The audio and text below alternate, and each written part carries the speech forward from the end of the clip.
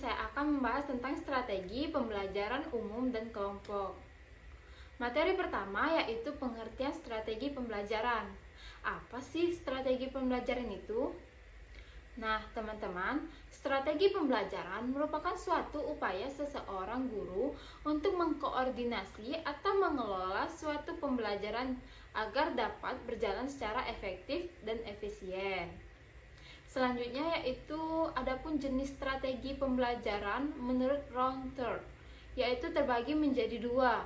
Yang pertama strategi exposition discovery learning yang terdiri dari 3 strategi, yaitu yang pertama strategi expository, yaitu strategi di mana seseorang siswa dituntut untuk mampu menguasai materi.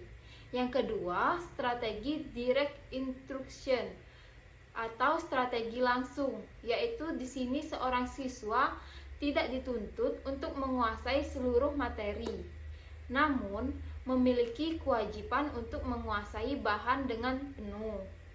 Nah, yang ketiga, strategi discovery atau strategi tidak langsung, yaitu di mana seorang siswa mencari materi sendiri atau cara mandiri melalui aktivitas-aktivitas dan peran guru di sini sebagai fasilitator.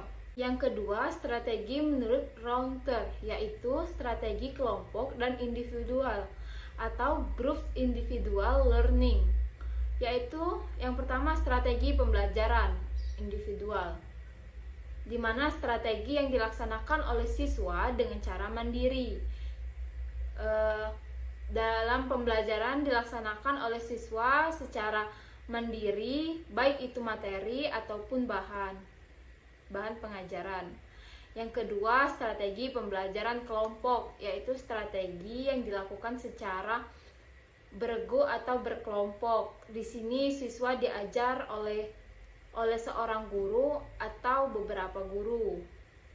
Nah, secara umum strategi pembelajaran dikutip dari Hadiati dan Fidrayani tahun 2015 terbagi menjadi 3.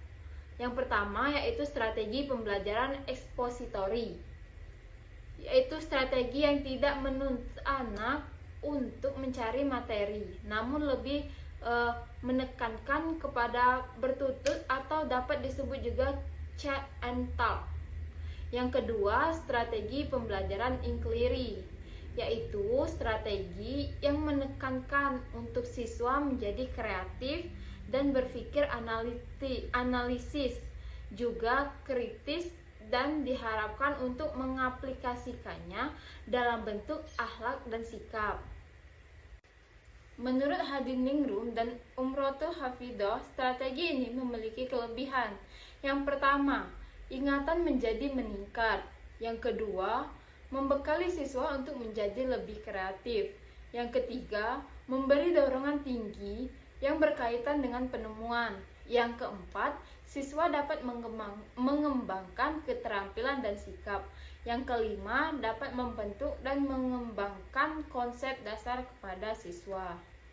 Nah, selanjutnya yaitu strategi pembelajaran kontekstual, yaitu strategi yang bertujuan untuk memotivasi peserta didik untuk memahami makna pembelajaran yang dapat menerapkan dalam kehidupan sehari-hari. Selanjutnya yaitu materi karakteristik dalam memilih strategi pembelajaran. Menurut Anilaius ada 5 karakteristik, yaitu yang pertama, karakteristik bertujuan pembelajaran yang mengembangkan 6 aspek. Yang kedua, karakteristik anak untuk mengembangkan kemampuan baik dari usianya ataupun kemampuannya. Yang ketiga, karakteristik tempat yang dapat digunakan baik itu di ruangan indoor ataupun di ruangan outdoor. Yang keempat, karakteristik tema atau bahan ajar yang akan disampaikan kepada anak. Yang kelima, karakteristik dan pola yang digunakan.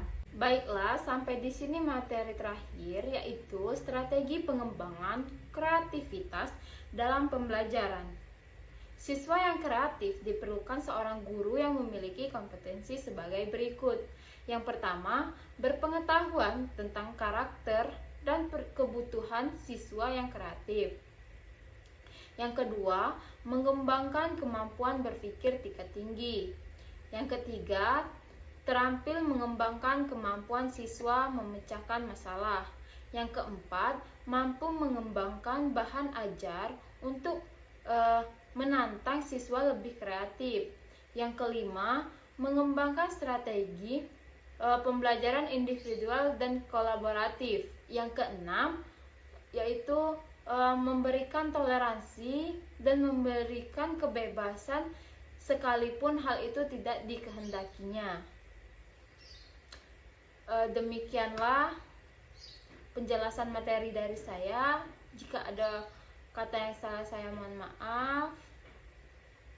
Semoga ini bermanfaat untuk kita semua. Saya akhiri.